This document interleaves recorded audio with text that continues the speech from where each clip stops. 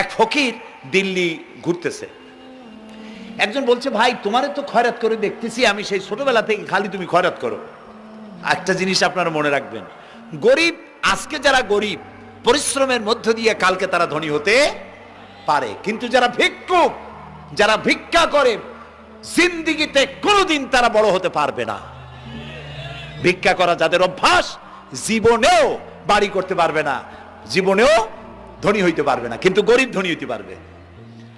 কারণ হলো আল্লাহর কাছে দুইটা বৈধ জিনিস অত্যন্ত ঘৃণিত। কয়টা?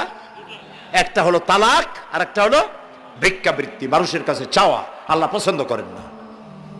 তো ভিক্ষুক ঘুরতেছে, একটা লোক বলল, মিয়া তোমার তো সারা জীবনই খরচ করতে দেখি।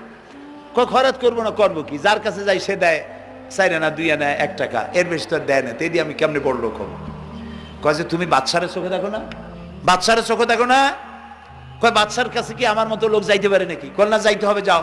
বাদশা একবার যাবা, এমন দেওয়া দেবে জীবনে আর তোমার খরচ করা লাগবে না।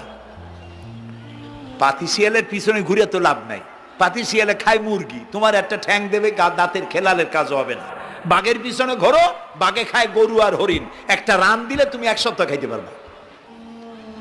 তো বলছে বাদশার কাছে যাও। তো বাদশারে পাবো কই? কই তো দেখলাম কেবল মসজিদে ঢুকলো। তারপরে ফকির গিয়ে দাঁড়ায় আছে বারান্দায়, দেখে যে উনি বাদশা ভেতরে বসে হাত তুলে আছে ভাবে, আর চোখ দিয়ে পানি পড়ে দাড়ি ভিজে ভিজে পড়তেছে। নামাজ শেষ করে, মোনাজাত শেষ করে বাদশা বেরিয়েছেন। কোন বাদশা? শাহজাহান। বাইরে আসার পর ফকির বলল, আসসালামু আলাইকুম বলে ফকির রওনা করছে। বাদশা বলে, দাঁড়াও, তুমি যে রওনা করলা, তোমার তো ভিক্ষুক মনে হয়, আর লোকেরা যারা ভিক্ষুক না তারাও তো আমার কাছে চায়, আর তুমি তো ভিক্ষুক, চাইলে না কেন কিছু? ভিক্ষুক বলে, জাহাপানা, আমি কিছু চাইতে এসেছিলাম আপনার কাছে, কিন্তু আপনার করুণ অবস্থা দেখে আমার জ্ঞানের চোখ খুলে গিয়েছে। আমি দেখতে পেলাম আমি যার কাছে চাইতে এসেছি, আমি তো কান্দি না, হাতও পাতি নাই। যার কাছে চাইতে আসতাম দিল্লির সম্রাট, আবার কোন সম্রাটের কাছে হাত পেতে ভিক্ষুকের মতো কি জানি চায়, আর চোখ দিয়া পানি পড়ে দাড়ি ভিজে ভিজে পড়ছে। আমার জ্ঞানের চোখ খুলে গেছে, দুনিয়ার বাদশার কাছে আর চাইব না। বাদশা কান্দে যে বাদশার কাছে, তার কাছেই চাইব। প্রিয় ভাই সব, এই জন্যে জিহ্ন সাফ করে ফেলুন। দুনিয়ার কোন মানুষের জন্য, মানুষের কাছে নয়, কোন কবরে নয়, কোন কারো কাছে নয়, আল্লাহ তাআলার কাছেই আমরা নামাজের মধ্যে ঘোষণা করেছি, ইয়্যাকা না'বুদু ওয়া ইয়্যাকা নাস্তাঈন। আল্লাহ তাআলা, তোমার একমাত্র ইবাদত করি, তোমার কাছেই সাহায্য চাই। কাজী সাহায্য আল্লাহর কাছে। কার কাছে চাইবো বলে? আল্লাহ আমাদের ঈমান পোক্ত করে দিন। আমরা বলি আমিন, আমরা বলি আমিন। অসুখ বিসুখ হইলে পরে ধৈর্য ধরবেন। অনেক মানুষ আছে জ্বর হইলে কয় যে এত নামাজ পড়ি খালি জ্বর আমারই হয়, এত রোজা রাখি, ভালো ভালো কাম করি, আমার ছেলের অসুখ মোটে সারি না। এই জাতীয় কথা বলবেন না। মুমিনের পায়ে যদি কাঁটাও ফোটে, সওয়াব থেকে খালি নাই। ধৈর্য ধরতে হবে। কাঁটা ফুটছে, বলেন ইন্না লিল্লাহ। আজাবান লিল মুমিন, মুমিনের জন্য বড়ই আশ্চর্য ব্যাপার, বিপদ হইলেও শুকর আদায় করে, আর সুখে থাকলেও শুকর আদায় করে। সুবহানাল্লাহ বিহামদি। বিপদ আসলে সে বলে ইন্না লিল্লাহি, বলেন ইন্না লিল্লাহি ওয়া ইন্না ইলাইহি রাজিউন। আর যখন শান্তি আসে বলে আলহামদুলিল্লাহ। দুই অবস্থায় তার জন্য নিয়ামত আল্লাহর তরফ থেকে সে পায়, আলহামদুলিল্লাহ। প্রিয় ভাই সব, তো আল্লাহর উপর ঈমান আনার জন্য কয়টা শর্ত বলছি না? এই যে প্যাচ লেগে গেছে, কয় যে 3টা। আল্লাহর উপর ঈমান আনার জন্য শর্ত কয়টা? 4টা। 4টার বলছি কয়টা? 2টা। আরেকটা হচ্ছে আল্লাহর কুদরত, এ বিশ্বাস করা। আল্লাহর কুদরত মানে শক্তি। আল্লাহর কিছু বিশ্বাস করবেন, বলেন জোরে? শক্তি। আকাশ এবং জমিনে শক্তিশালী কে? কিন্তু আমার দেশের জনগণ, কিছু কিছু রাজনীতিবিদরা বলে জনগণই নাকি সকল ক্ষমতার, সকল শক্তির উৎস। কি পাগল! তুমি ক্ষমতার উৎস? নাকের মধ্যে ময়লা, দাঁতে ছাতা, পেটের মধ্যে দুর্গন্ধ ভরা, ক্ষমতার উৎস। আশ্চর্য কথা, এই যে ক্ষমতার উৎস, হাজার হাজার লোক এখানে বসা, দুইটা ভাউয়া ব্যাংক যদি দুই কোণা দিয়ে ঢোকে, ভাউয়া ব্যাংক চেনেন? বিগ সাইজের ব্যাংক, দুইটা যদি দুই দিক দিয়ে ঢোকে লাফাইতে লাফাইতে, সামনে যারা আছে এমনি লাফাবে। অন্তত টঙ্গী তামিরুল মিল্লাত মাদ্রাসা ছাড়াইয়া তারপরে ফিরে তাকায় বলবে, ভাই আমরা দৌড়াই কেন? ব্যাংকের সামনে অসহায়, বল্লা ভীমরুলের সামনে অসহায়, সাপের সামনে বিচ্ছুর সামনে অসহায়, তারা কয় সকল ক্ষমতার উৎস জনগণ। কপাল পোড়া, ক্ষমতার উৎস জনগণ নয়। এটা কোরআনের সাথে কন্ট্রাডিকশন হয় এ কথায়। আল্লাহ বলেছেন আন্নাল কুওয়াতা লিল্লাহি জামিয়া, সকল ক্ষমতার উৎস কে? আল্লাহ। চিল্লায় বলো আল্লাহ। ক্ষমতা কি দেখছেন? মাত্র 1.5 মিনিট। কয় মিনিট? মাত্র 1.5 মিনিট। আল্লাহ বলেছেন কোন, সাথে সাথে তামিলনাড়ু, মালয়েশিয়া, ইন্দোনেশিয়া, থাইল্যান্ড, মালদ্বীপ, শ্রীলঙ্কা, 2 লক্ষ লোক শেষ, 1 লক্ষের খোঁজ নাই। সমুদ্রের পানি 33 ফিট উঁচু হয়ে এসছে। সুবহানাল্লাহ কইতে ইচ্ছে করে না? বিজ্ঞানীরা বলেছেন ভারত মহাসাগরের তলদেশে ফাটল ধরেছে, ওর কয়েক কিলোমিটার নিচে ভূমিকম্পের উৎপত্তি হয়েছে। ভারত মহাসাগরের পানি 3 হাত না 4 হাত, কত কিলোমিটার আল্লাহ জানে। এই কয়েক কিলোমিটার নিচে যে মাটি, সেই মাটিরও কয়েক কিলোমিটার নিচে ভূমিকম্পের উৎপত্তি। এখান থেকে ভূমির কম্পন হয়েছে, সেই ভূমিকম্পে সমস্ত মহাসাগরের মধ্যে, ভারত মহাসাগরের মধ্যে জলকম্পন শুরু হয়েছে। পানির কম্পন, মাটির কম্পন একসাথে 4 তলা পরিমাণ উঁচু হয়ে পানি চলে আসছে। বাড়ি গাড়ি সব কিছু খড় কুটার ন্যায় সব উড়িয়ে দিয়েছে।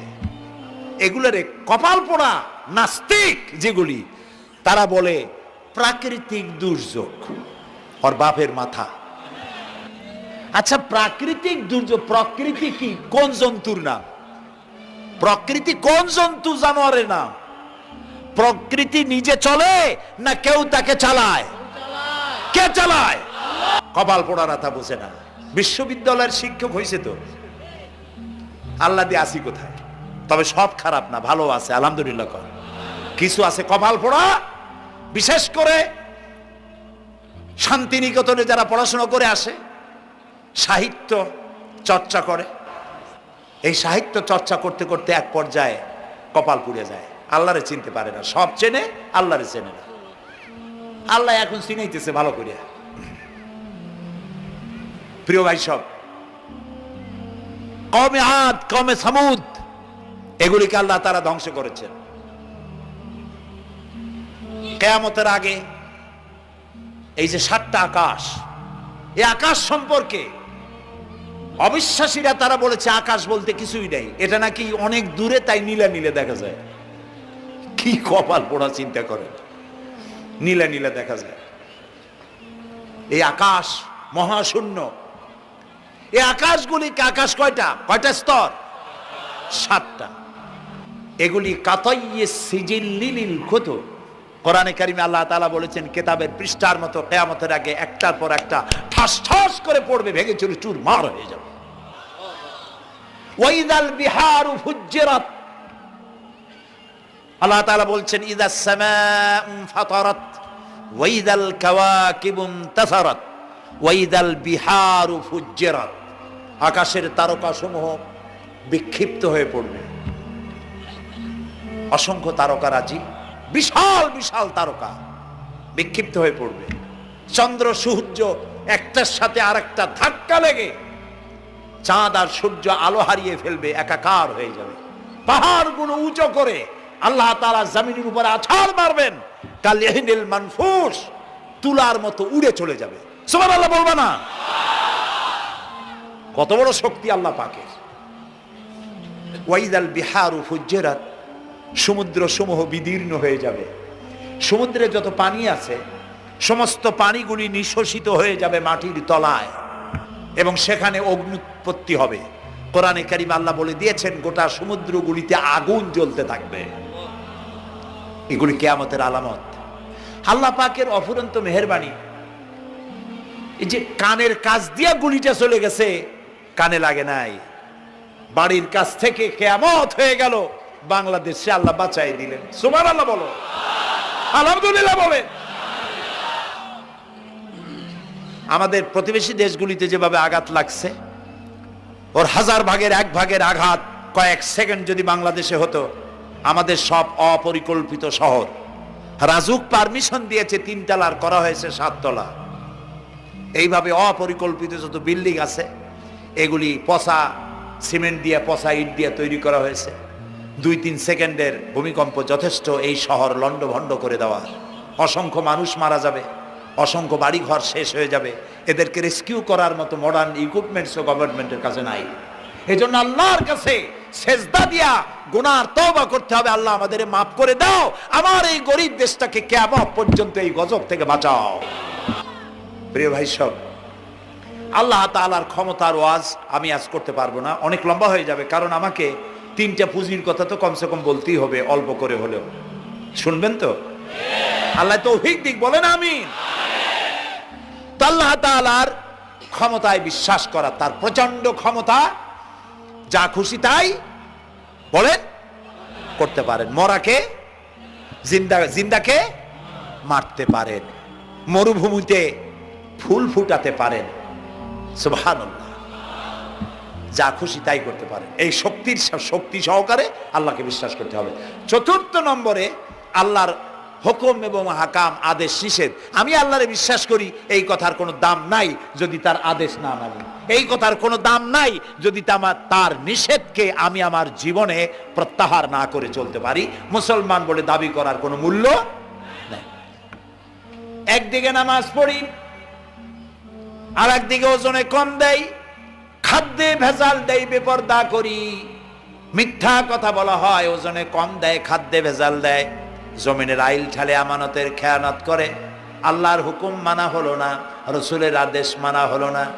আল্লাহর উপর ঈমান আনার জন্য 4র্থ শর্ত হচ্ছে আল্লাহ যা বলেছেন মাথা নত করে মেনে নিতে হবে, বলতে হবে সামি'না ওয়া আতা'না। বলেন সামি'না ওয়া আতা'না, শুনলাম আর মেনে নিলাম। বলেন তো জোরে, শুনলাম আর মেনে নিলাম। সুবহানাল্লাহ বলেন। মুমিনেরা এই প্রশ্নই করবে না মদ হারাম কেন, মুমিনেরা এই প্রশ্নই করবে না জুয়া হারাম কেন। একটাই জবাব, মদ হারাম কেন? আল্লাহ হারাম করেছেন তাই হারাম। জিনা হারাম কেন? আমার আল্লাহ হারাম করেছেন তাই হারাম। জুয়া হারাম কেন? আমার আল্লাহ হারাম করেছেন তাই হারাম। কোন যুক্তি নাই। যুক্তির, আল্লাহর নিষিদ্ধ জিনিসে যুক্তি তালাশ করে কেবলমাত্র শয়তান। আল্লাহর আদেশ নিষেধের যুক্তি তালাশ করে কে? শয়তান। মুমিনের কাজ হলো সামি'না, বলেন, ওয়া আতা'না, শুনলাম আর মানলাম, বাস, শেষ কথা, খালাস। এই গেল 4টি শর্ত পুরো হয়ে গেল। এই 4টি শর্ত যদি পূরণ করতে পারি তাহলে আল্লাহরে বিশ্বাস করছি এটা প্রমাণিত হবে, এটা জাস্টিফাই হবে, এটা সত্যতা প্রমাণ হবে যদি আল্লাহ হুকুম মতো। 1 নম্বরে হলো, আমি আবার কথাটা প্যাকেট করে দিই যাতে করে আপনারা বাড়ি নিয়ে যাইতে পারেন। আল্লাহর উপরে ঈমান এনেছি, এই কথাটাকে কমপ্লিট করার জন্য শর্ত কয়টা? 4টা। 1 নম্বরে আল্লাহর অস্তিত্বে বিশ্বাস, বলেন আল্লাহর অস্তিত্বে বিশ্বাস। 2 নম্বরে আল্লাহর গুণাবলীতে বিশ্বাস। 3 নম্বরে আল্লাহর ক্ষমতায় বিশ্বাস। 4 নম্বরে আল্লাহর আদেশ এবং নিষেধে বিশ্বাস, মান্য করে চলা। আল্লাহ যেন এই তৌফিক আমাদের দেয়, বলেন আমিন।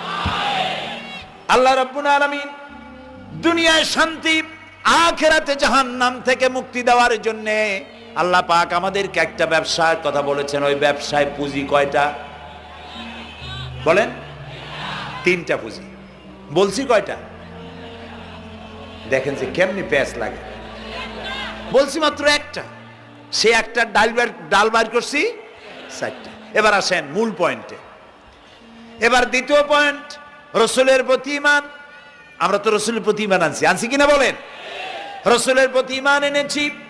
আমাদের এই ঈমান যথেষ্ট নয়, কারণ আমাদের ঈমান হলো রবিউল আউয়াল মাসে ঈমান তাজা হয়, ঠিক না? ঠিক না? রবিউল আউয়াল মাস যখন আসি, ব্যানার টানাই, শামিয়ানা টানাই, রাস্তাগুলিতে ফ্ল্যাগ লাগাই আর আলোক সজ্জা করি। মন্ত্রীরা আসেন, নেতারা আসেন, সিরাতুন নবী মাহফিলে দাঁড়ায় বলেন নবীর আদর্শ অনুসরণ করা ছাড়া উপায় নাই। অথচ ওনার পা থেকে শুরু করে মাথা পর্যন্ত নবীর আদর্শ নাই। আবার এই নেতা রামকৃষ্ণ মিশনে, রামকৃষ্ণ পরমহংসদেব তার মঞ্চে গিয়ে বলেন রামকৃষ্ণের নীতির ছাড়া বিকল্প কিছুই নেই। আবার গৌতম বুদ্ধের জন্মবার্ষিকী উদযাপনের জন্য সেখানে গিয়ে বলেন গৌতম বুদ্ধের অহিংস নীতি অনুসরণ করা ছাড়া জাতির যোগীনাথ হওয়ার আর কোনো পথ নাই। যেখানে যায় সেই জায়গার গুলি ধরে।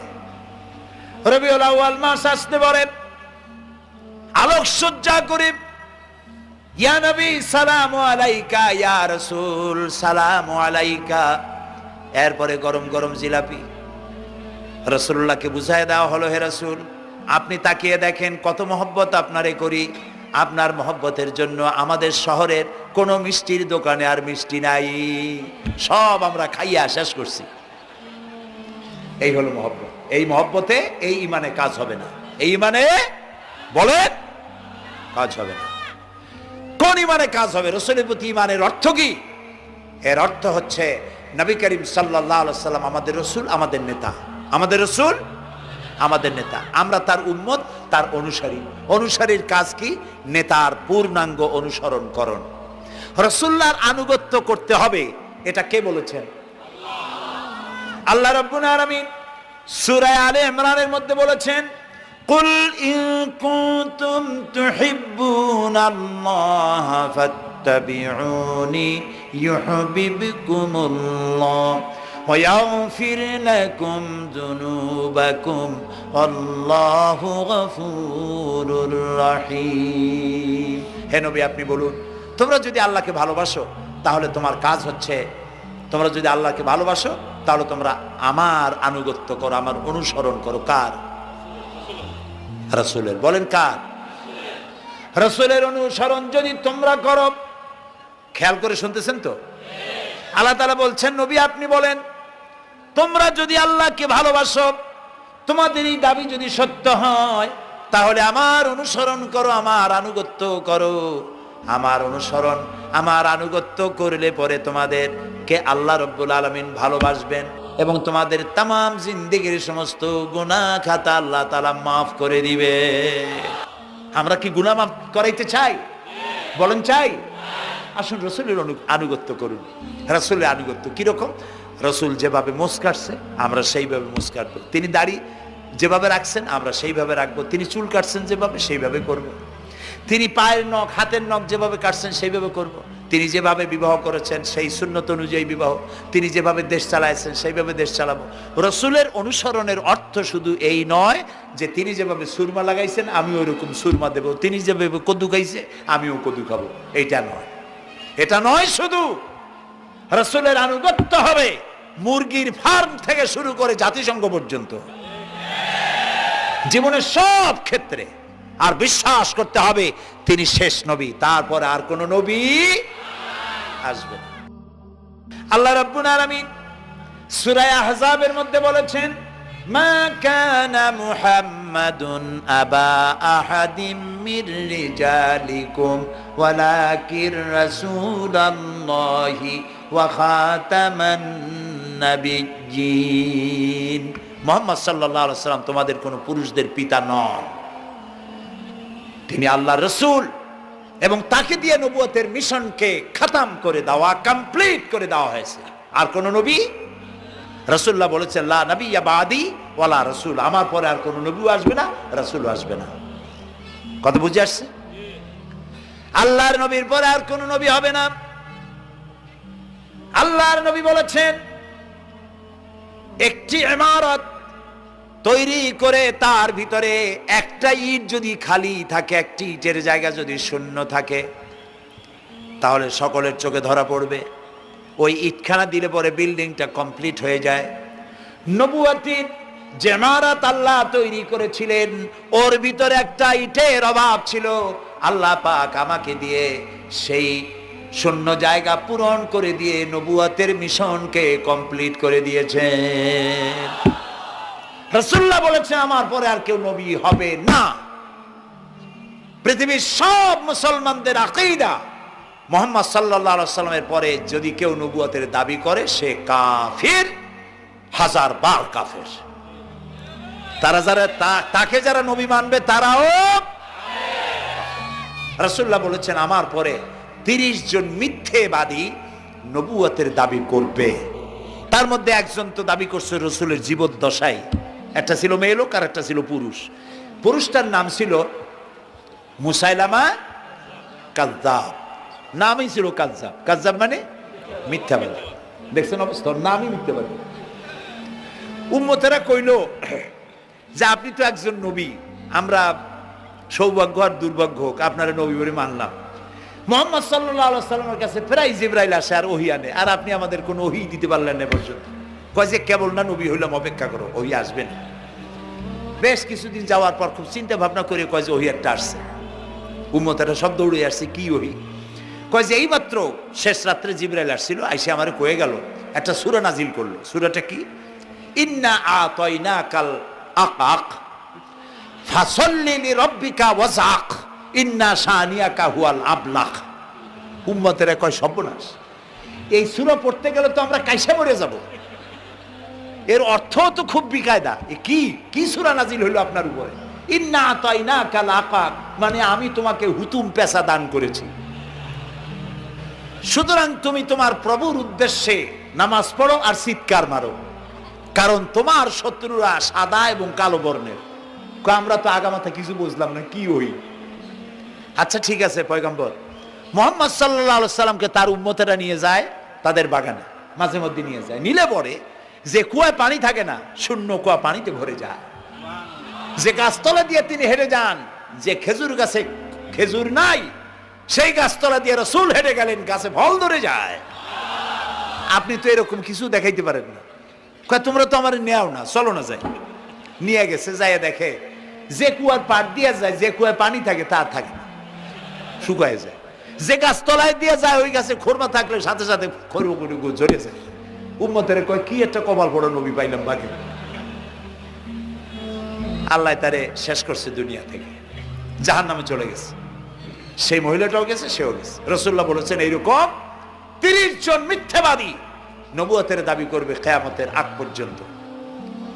গোলাম আহমদ কাদিয়ানী, এ হলো ইতিহাসে আমরা যদ্য পাই তার পর্যন্ত 28 জন হয়েছে।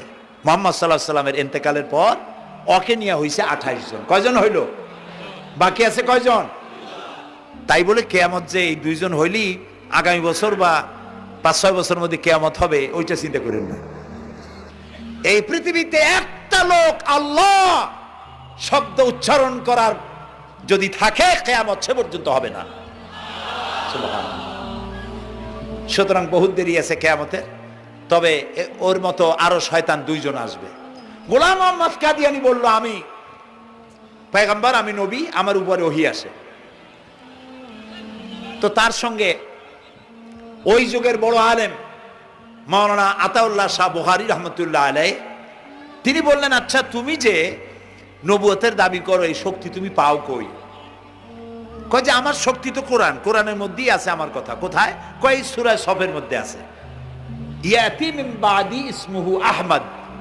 ঈসা আলাইহিস সালাম আমার ব্যাপারে ফোরকাস্ট করেছেন, ভবিষ্যৎবাণী দিয়েছেন যে আমার পরে একজন আসবে তার নাম হবে আহমদ, আমি তো সেই আহমদ। মাওলানা বুখারী বলছেন বেকুব, ঈসা আলাইহিস সালাম যার কথা বলেছেন তার নাম, ঈসা আলাইহিস সালাম যার কথা বলেছেন তার নাম হলো ফকাত আহমদ, আর তোমার নাম হলো গোলাম আহমদ।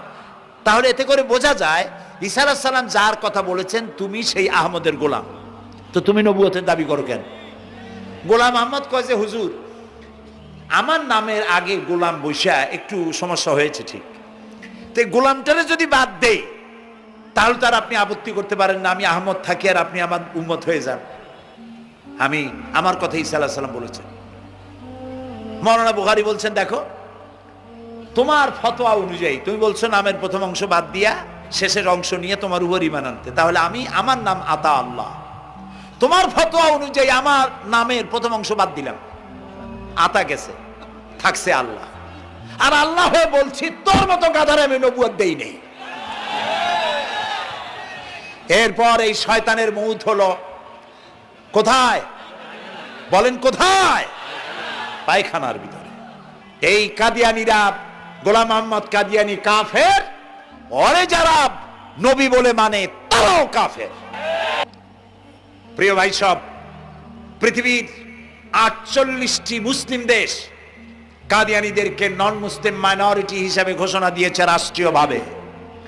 সৌদি গভর্নমেন্ট আইন পাশ করেছে কিয়ামত পর্যন্ত কাদিয়ানীরা মক্কা মদিনায় প্রবেশ করতে পারবে না। কাজী তাদের ব্যাপারে উচ্চবাচ্য কথা বলতে গিয়ে ব্যারিস্টার হন, আইনজীবী হন, যেই হন, খতমে নবুয়তের আন্দোলন যারা করে তাদের ব্যাপারে কথা বলতে গিয়ে মুখ সামনে কথা বলবেন। এদেশের মানুষ শহীদ হয়ে যাবে, কাদিয়ানীদেরকে বরদাস্ত করবে না। আমাদের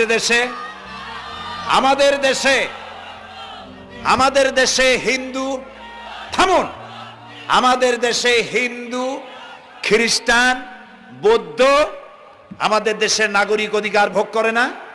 আমাদের সমান নাগরিক অধিকার তারা ভোগ করে। কাদিয়ানীরাও হিন্দু খ্রিস্টানদের মতো নন মুসলিম মাইনরিটি হিসেবে এদেশে বসবাস করে নাগরিক সুবিধা ভোগ করবেন, কোনো অসুবিধা নাই। কিন্তু আপনি মুসলমান বলে দাবি করবেন না, শেষ নবী মানবেন না, আমরা এই ব্যাপারে কিয়ামত পর্যন্ত আপোষ করব না।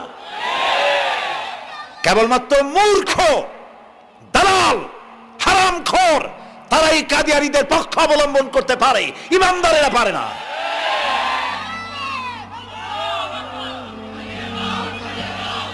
কাদিয়ানীরা যে সব মসজিদ তৈরি করে, এগুলি মসজিদ নয়, এগুলি উপাসনালয়। হিন্দুদের মন্দিরকে যেভাবে আমরা সম্মান করি, ওদের উপাসনালয়কে সম্মান করি। কিন্তু কাদিয়ানীরা যতদিন মুসলমান নামের পরিচয় দিতে থাকবেন, আমরা আমাদের অধিকার আদায়ের জন্য সুশৃঙ্খল ভাবে গণতান্ত্রিক পদ্ধতিতে আমরা এই অধিকার আদায়ের চেষ্টা করব। খতম নবুয়তের আন্দোলন কোনো রাজনৈতিক আন্দোলন নয়, এটি আমাদের ইমানের আন্দোলন। যারা আন্দোলন করতেছেন তারা আমাদের ফরজে কিফায়ার দায়িত্ব পালন করছেন। প্রিয় ভাই সব, রাসূলের প্রতি ঈমান আনতে হলে এরকম ঈমান আনতে হবে, তারপরে আর কোনো নবী আসবে না। তারপরে কথা হলো তাকে অনুসরণ করতে হবে পায়ের নখকাটা থেকে শুরু করে মাথার চুল পর্যন্ত, জীবনের সব ক্ষেত্রে রাসূলের অনুসরণ করতে হবে। তিনি সেনাপতি ছিলেন, শ্রমিক ছিলেন, পিতা ছিলেন, নানা ছিলেন, স্বামী ছিলেন, ঠিক না? তিনি রাষ্ট্রপ্রধানও ছিলেন। প্রিয় ভাই সব, এই যে আল্লাহ রাব্বুল আলামিন মুসলমানদেরকে পৃথিবীর মধ্যে সব থেকে বেশি শান্তি প্রিয় করেছেন, কোন আলহামদুলিল্লাহ। তোমরা আমার মক্কা যাইয়া দেখো, মক্কা মদিনায় যাইয়া দেখো, আমাদের কও সন্ত্রাসী। মক্কা মদিনায় লক্ষ লক্ষ মানুষ এই যে সব চলে গেছে, এখন কোথায় গেছে? সারা পৃথিবী থেকে মানুষের এখন ছুটছে, পৌঁছে গেছে, আর পথে আছে, প্লেনে আছে, নদীতে আছে, গাড়িতে আছে। সুবহানাল্লাহ, লক্ষ লক্ষ মানুষ চলে গেছে, সবার একই ড্রেস, একই গন্তব্য, একই স্লোগান, লাব্বাইক আল্লাহুম্মা লাব্বাইক।